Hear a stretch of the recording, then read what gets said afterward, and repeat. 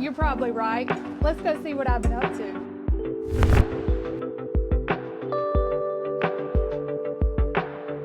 So welcome to Hear Me Out podcast with me, Sasha Holly, where I interview people of the community on important life topics such as business, family, recovery, hardships, faith, and so much more. Let's see who I'm interviewing today.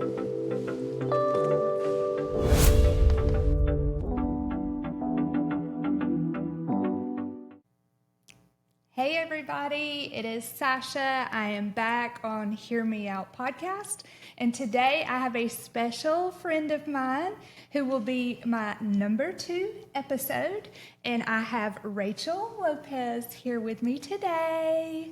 Sweet, sweet friend of mine. We go back a few years. She's starting, I'm going to say maybe more than one business right now, one with her husband, one with herself. She's got a lot going on. And like I said, when I'm doing these episodes, it's going to be about so many different things: business, life, family, faith, recovery, hardships, all the things. And today we're going to get to know a little bit about Rachel and what all she has going on in her life. So I think a lot of listeners and a lot of local people are really familiar with Rachel. But if you're not, she's going to go ahead and give you a quick little Rachel introduction.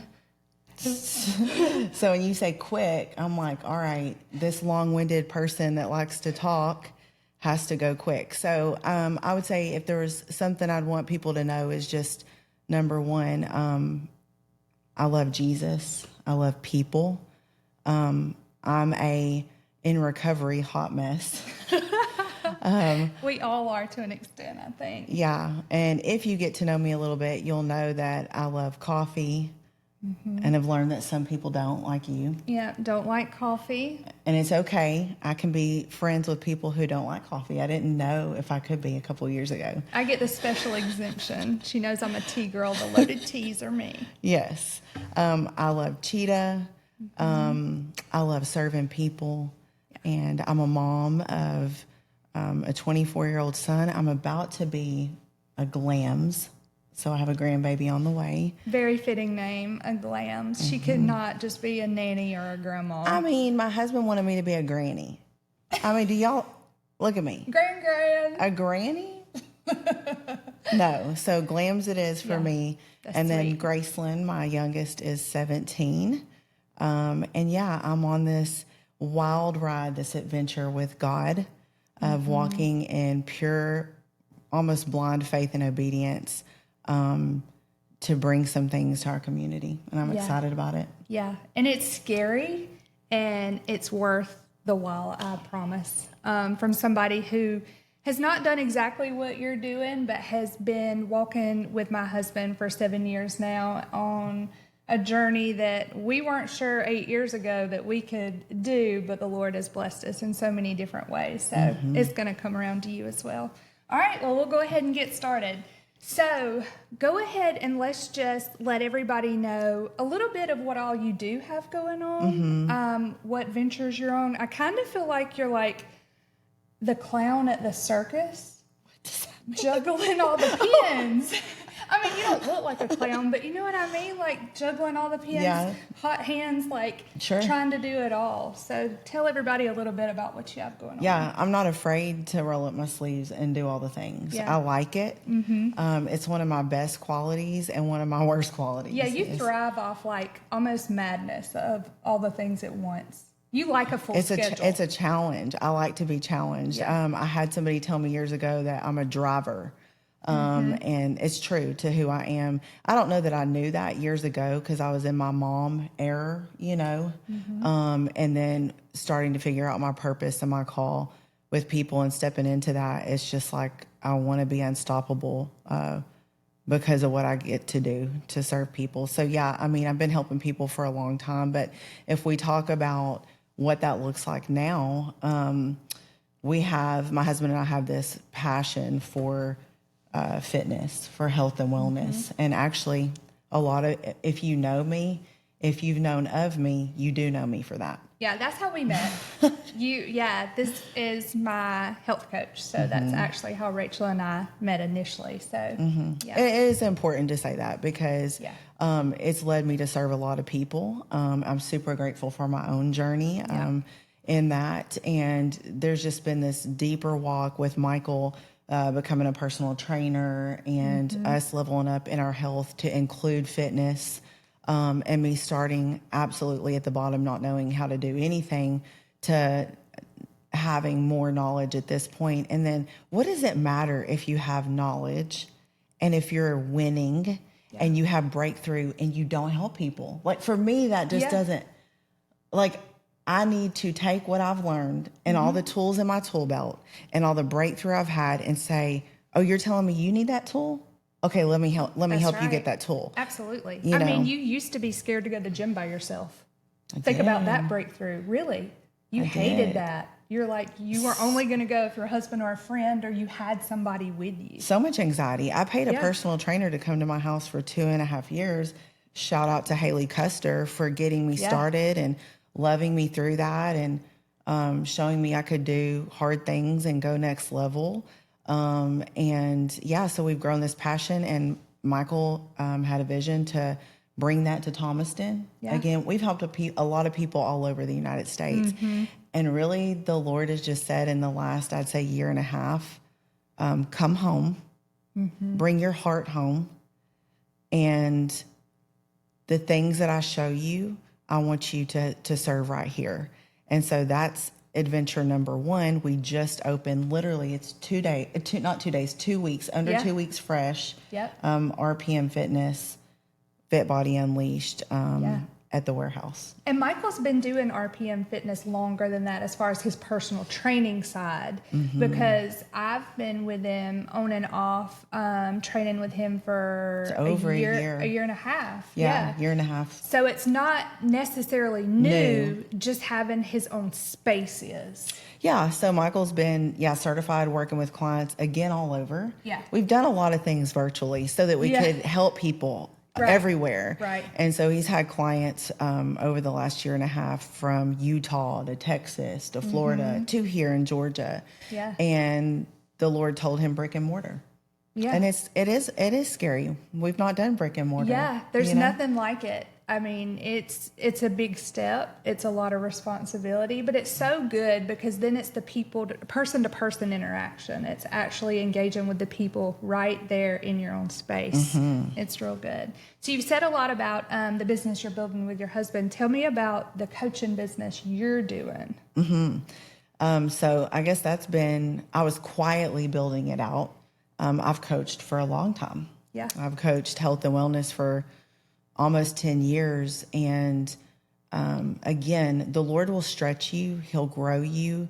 And we all have different seasons, right? And it's like he hands you the pen and he's like, are you ready to write the next chapter of your story? Yeah. Because he doesn't force it. He allows us to choose. And so this is the next chapter for me. I love seeing people win. I love seeing people heal. And so it becomes much more than just looking different, than breaking bad habits in how you eat, because that's what I help people do too. And Anchored Alpha was birthed. That's the life coaching business out of, honestly, my own journey of what God has done, what I've allowed him to do, the things that he's broken off, and me realizing that freedom and healing is always going to be anchored to Jesus. Always. And that's the journey that I am so honored to be able to take men and women on. Yeah. And that's what we're doing here now. That is so good. And you have several different clients, again, like you've said before, that you do Zooms with, but you're now fixing to release some in-person stuff, right? That's exciting. Yeah, I just love people. I always have people, there's like a couple different types of people. Either you really thrive off of people, you get energy from people, or they drain the mess out of you, okay? Yeah. And so I love people. I love being with people.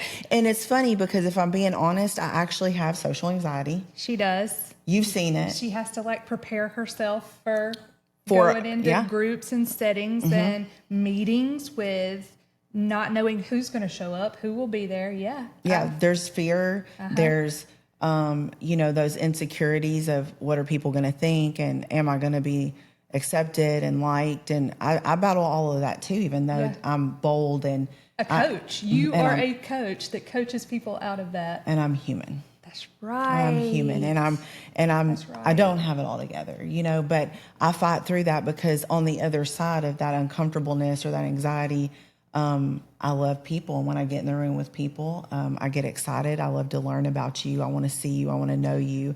And so, that's my passion, is just like, and to be able to get in person with people, I'm excited about it. I had my first in person today, man. It was so good. Yeah. That's awesome. So like I said, you're the clown juggling all the pins. Yep. 100%. 3:45 a.m. is my wake up time now. That's wild. I always thought your like 4:45, 5 o'clock was when you were telling me you were doing that a good bit, and that like sleeping late was like 6 o'clock to That's you. right. And I was like, holy cow. Yeah. So I've not ever been like sleeping in, but here's the difference. I've had it goes in seasons, right? Like I've had the flexibility to literally sit with the Lord when I wake up for an hour and a half and to journal and to pray and to listen to a podcast.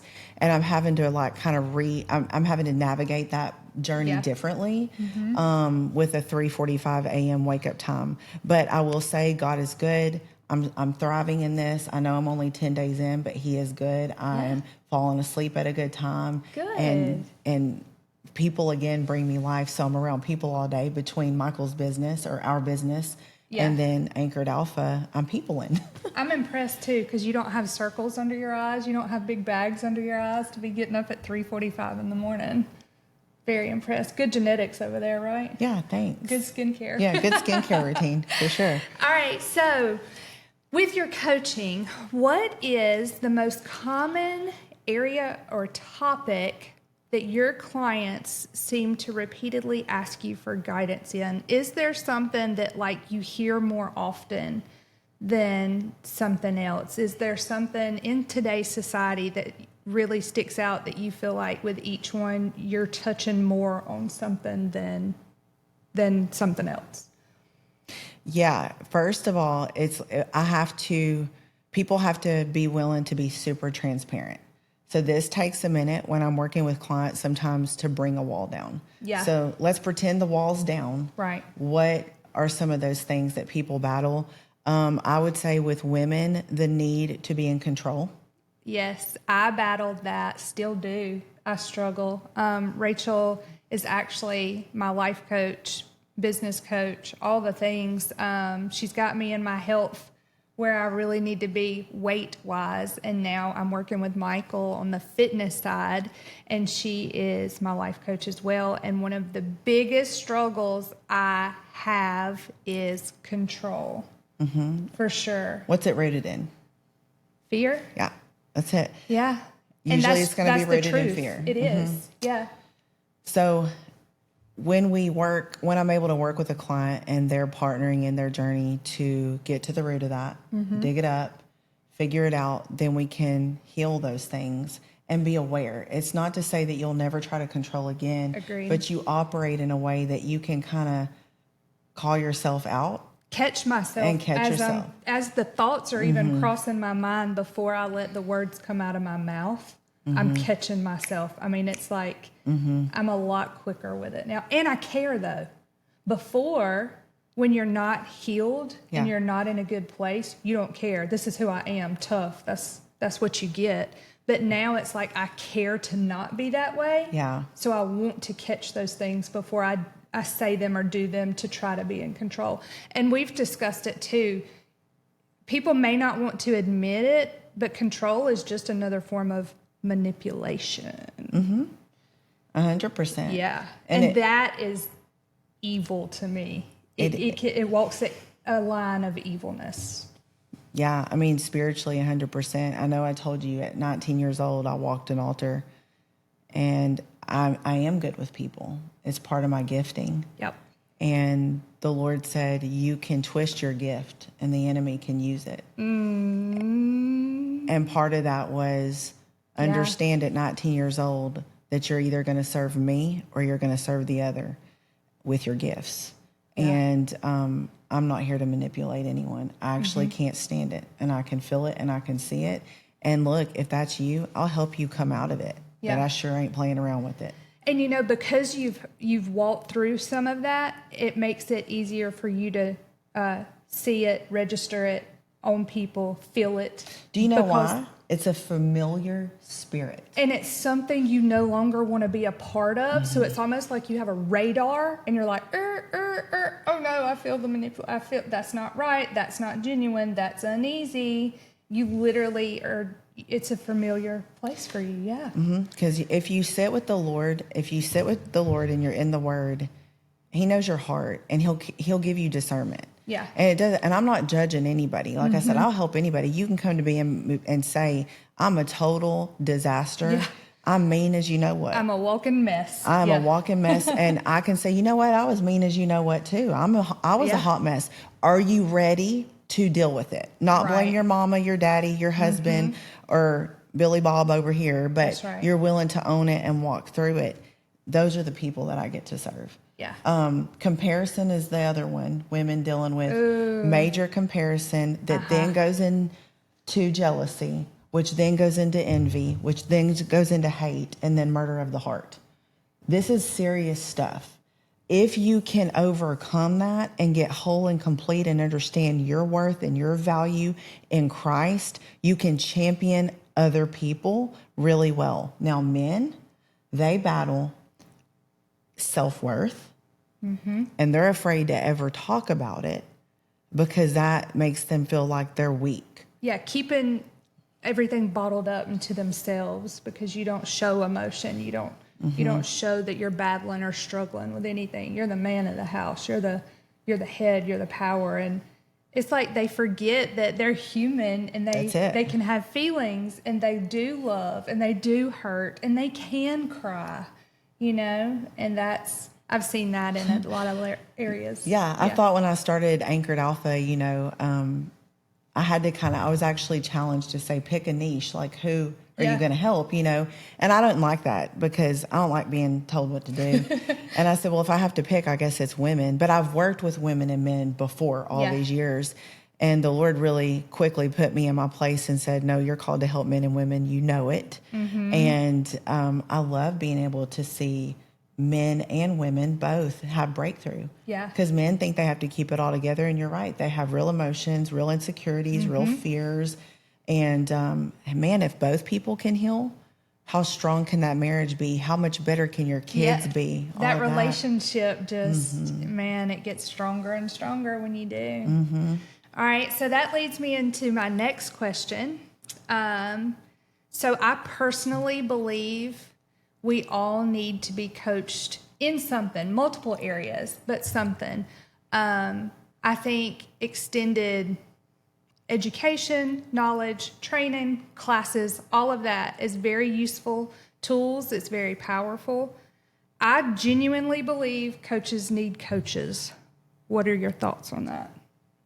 It's literally a saying that I've said too. I feel like if you are a coach or a mentor or a pastor, leadership role in any capacity, ministry, you know, corporate America or outside of that, and you cannot receive coaching, you've hit a really dangerous spot. And I can just sum it up into one word, two if you want me to, and that's your pride has you and your egos has you. And it's dangerous.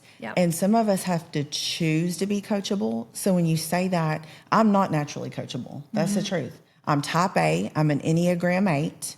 I am right. My way is better. Okay, that's natural. And some of you may be like, what the heck? But that's the truth of how I naturally am. But I choose to, what I call, unzip the ego, take it off, and say, that's not true. That's not true. And I want to be a learner. Leaders should be learners. Absolutely. Yeah. There's so much knowledge out there. And, there's the 3 parts: the understanding, the knowledge, and the wisdom, right? It's even in the Bible. Mm-hmm. And there's so much out there, and it's so easily accessible. And we can read, the books, the magazines, listen to the podcast just like this. But when you have a person, mm-hmm. and it's on the level of coaching and mentorship that has walked through 95% of what they are walking you through, and they're not just reading a book to learn, and it's real life for them too, that's just different. Because the coaches needing a coach, they've gone through it. It's just like the steps ahead, right? Like, we're on the same path. You've just already overcome 6 steps ahead of me. And the easiest way, the shortest way to get me to where I want to go, because you've done that work already. That's all it is. That's why it's called a life coach. Yeah, that's all it is. Someone who's walked through a lot of life, and been able to kind of dissect that, walk through that, and then give you guidance. But I have coaches. It's one of the best investments I've made over the past, I'd say, like actually investing in that. Yeah. Probably 5 years or so, 5-6 years. And those things stick with me. The things that my coaches have taught me are tools, and I take those out and I use those every day. And then I look back and go, wow, Rachel 10 years ago would not have handled that way. Right. So it really is, when you have a coach or whatever, a mentor that's guiding you, if you really are open and you're coachable, it sticks with you. And don't think just because you're a coach that you can't even, there's been a couple of times that even I'm your coach, has coached me. How many? Yeah. There's been a couple of times that you've had to say, can I share truth with you? Yeah. And I was open. Did it sting? Right. Yes, because of my personality, I had to sit with it. But it was truth, and I grew from that. So also, if you're a mentor or a coach, sometimes it may be the very person that you've been serving. That's right. That can see into an area you can't. That has some insight. Yeah, for sure. Yeah. All right, next question. Actually, I want you to finish this sentence. Okay? Okay, all right. You're more than welcome, obviously, to explain. Okay. The majority of people in today's society are afraid to blank. What are they afraid to do? What are they afraid of? Yeah. People are afraid to be authentic, to be real. Because if you're really you, and that's hated on, and people don't get that, or they don't accept that. Again, if you're not secure in your identity in Jesus, it will tear you up from the top to the middle to the ground.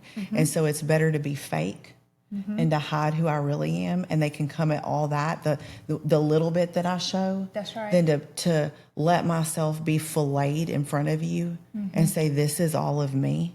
So I think that people are not transparent. I agree with that 100%. And it's easy to hide behind, I don't know, things that, like, just for example, me doing this podcast, I had some self-doubt. The self-doubt, though, was triggered by the uncertainty if people would like me or not. Because I knew when I come on here, I was going to be me. I was going to be transparent. I was not going to be fake. I didn't have to dress up and do all the fluff and be anything but myself. And then I started questioning, right? Yes, I'm a believer. Yes, I love the Lord. But there's that little piece that still is like, are you enough? Will they believe you? Will they listen? Do they trust you? Do they see your vision? Of course they don't see my vision. It's my vision. So then I have to backstep, and I'm like, okay, Lord, you have called me to do this, because Sasha on her own would not. Right? And so then I have to place myself back in the spot where I'm like, okay, Lord, I have to move forward. And being transparent is what this entire podcast is based on. So it's so funny that, and these questions, I have not discussed these with Rachel. She did not know anything I was going to ask her. That was her choice. She didn't want to know.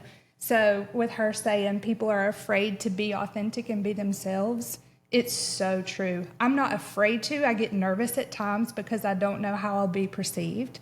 But I'm glad that I've worked on myself the past year to a point and a level that I have to be like, I'm doing the Lord's work over here. I'm giving people space to be authentic and who they're called to be. Yeah, because if we can push past that, then Sasha, then myself give you permission, right, as men and women to step into your authentic self too. And there's no one else like me or you or anyone else that watches this. You are uniquely designed to be just the way you are. But yes, even I posted about Anchored Alpha on what was it, Monday night? Yeah. And as much as I wish I could say like that was easy to post that, I had written it out 2 weeks before. Yeah. I was sitting on it waiting because we launched the other business. Right. There was a part of me that was like, what if I post this and nobody cares? Not one person says, congratulations. Nobody's going to champion me. There is that fear of rejection that still will come into my mind. And I have to say, at the end of the day, whether I'm liked, loved, or understood doesn't matter when it comes to being obedient to what the Holy Spirit has called me to do. That's right. That's right. That's good. That's good. All right. Next one. What has been something that has been a learning curve for you as you start on this journey the Lord has you on with these new ventures? Any major learning curve, or maybe even an aha moment, like, oh, I did not know it was going to be like this, or anything interesting since you've started these businesses? The only thing I can think of that like comes to my mind right away is time management. Yeah. I'm not great at it, but I want to be. Yeah. I want to be, and I don't want to just live in a place to say, ha ha, I'm late to everything. Yes. We have this saying that like Hispanic people, it's just in their DNA to be late. It's accepted and expected. Yeah. And I'm like, I mean, really, I guess that's an excuse, So you are Hispanic. You don't just carry the name Lopez. No. Yes. So Yeah. my dad is Spanish and my mom has a lot of Cherokee Indian. So yeah, we should probably get that out of the way because people always wonder what I am. What are you? Yeah. Yeah. And then I married a man who is half Hispanic. Yeah. Yeah. Yeah. But yeah, I would say time management. So far, we're just, again, I mean, I've been doing Anchored Alpha for a year, but here we go, brick and mortar. Right. So it's just time management because, okay, if you're called to big things, and I am, and you are too. Right. Okay. It's, can you steward your gifts well, your talents well, and your time well? And so I'm navigating, how do I do that and not get lost in, the middle of scrolling, Right. talking too long on the phone, just things like that. So that's, if I'm going to help people with Fitness with Michael, then I know I'm called to serve there, and with Anchored Alpha, and be a mom and a glams, and with my health and wellness clients, all of this together, I've got to manage my time better and quit using an excuse I'm just not good at that. That's true. Yeah. And for you, still staying in the gym, your fitness, your nutrition, all the things, because you still have personal goals. Just because you have all the businesses going on, the grandbaby on the way, you still have a child at home. I mean, she's almost an adult, but still, I mean, you have a responsibility at home, another head at home. You still have some personal goals, right? I picture you on the stage again one day, maybe doing a competition, a fitness competition. And, you can't get lost in everybody else's needs and stuff, even though you're working on time management, right? All of that, it sounded like it's for other people, your clients, and then the fitness, and then all the things. But you still have to make priority time for you, the Lord, your nutrition, your health. And it does begin to become a lot to juggle. Yeah. And I am, because I've had a season where I didn't. Yeah. And, it's hard for me to not try to coach right now. Like, whoever's right. Like, I want to coach people, but I know I don't need to do that. But I would just say, like, yes, if you are an entrepreneur, business owner, you can all of a sudden throw yourself to the back and you look in the mirror one day and you're like, what happened to myself? I think it really can happen to all of us. And I've walked seasons where that's been hard for me. So yeah, I do have goals. Yeah, I do believe that I'll do another competition. Yeah. It's the best thing I ever did for myself. It taught me insane discipline. The discipline you had was wild. Yeah, I believe I'll do it because it'll be hard and it'll push me. Yeah. And even now in these 10 days, how am I handling that now? I'm having to make sure that I'm taking care of my body. So currently I'm just working out with the clients. I feel like if Michael and I are writing your workouts and we're expecting you to go kill legs and glutes, then I better do the same. Because that's integrity to me. And it's motivation for your people too, because we watch you do it with us. Now, my dodo self last week did every class with people every time. You're talking 4 and 5 times a day. And after 4 days, now I have a bum shoulder. We're trying to heal from that. So like there has to be like, but I'm a go hard person. So that was not real smart, but I'm getting my workouts that way. Michael and I worked out together in between classes today. Good. I do have my quiet time just for me personally. I do feel convicted to give my first fruit, my first time to the Lord, but it does look different. Before it was an hour of sitting. Now it's from 3:45 to 4:15, but I need to feed my soul the word before I can go pour out the way I'm called to. And then sometimes it's a podcast while I'm in the shower now. Yeah. That's kind of how I'm navigating it. You just have to utilize the time best you can now. It's like juggling. But I'm not going to serve from an empty cup. Absolutely. I can't. I can't do it, and it feels... That's where you lose being authentic too, because it's almost forced. Yeah, because I think this is the thing is that comes back into ego and pride. If I think I can do it myself based upon, I've been doing this for years. Yeah. Like, let me just go. Yeah. I've got notes from my past coaching. I'll just pull this out today. That's dangerous to me. Yeah. So how do I do what I do? I have to be surrendered to the Lord. I need to sit with him. Yeah. You've always been real obedient in that area. I've been spanked a lot by God. I don't have to be spanked as much anymore. I get it pretty quick. Yeah. All right. Well, we're getting close to the end. So I got, it's not really a question. I'm going to just leave it pretty simple. Would you like to leave everyone with any encouraging last words? Anything, if somebody's listening and they're like, man, that was good. Any last little golden nuggets you want to leave somebody to kick off their day if they're listening to this, or their night as they're fixing to wind down? Yeah, I mean, going back to, I think we all struggle with maybe being our authentic self, or living in a place of like, I truly believe I'm worthy and I matter. I think we listen to a lot of what the enemy whispers is that we're not. And then I think it is fueled by social media. You get on there. I think social media is such a gift, and yet it cannot be. It's either one way or the other. And so I think, for people that are listening right now, know that you really are uniquely and divinely and on purpose made just the way you are, that you are enough, and that Jesus will meet you in your best season, in your valley of crud, of your in the middle of your healing journey, or you again are mean as fire. Okay, right. He'll meet you right now in wherever you're at, and begin to give you a hand up to go to that place of being authentic and living a beautiful life filled with joy and peace in your soul, walking out your purpose and your calling, because we all have one. And being able to really champion other people, that's my heart too. Is like, I want to see men and women be able to be so whole and so healed that you all too serve from a place of overflow, because it's not just for me or for you. That's right. That's the abundance of kingdom. Absolutely. Everything I've walked through, everything I have, everything I've been through, God has all of that for each and every person that says, here I am, Lord, use me. That's right. Yeah. Oh, that's good. That's some good stuff.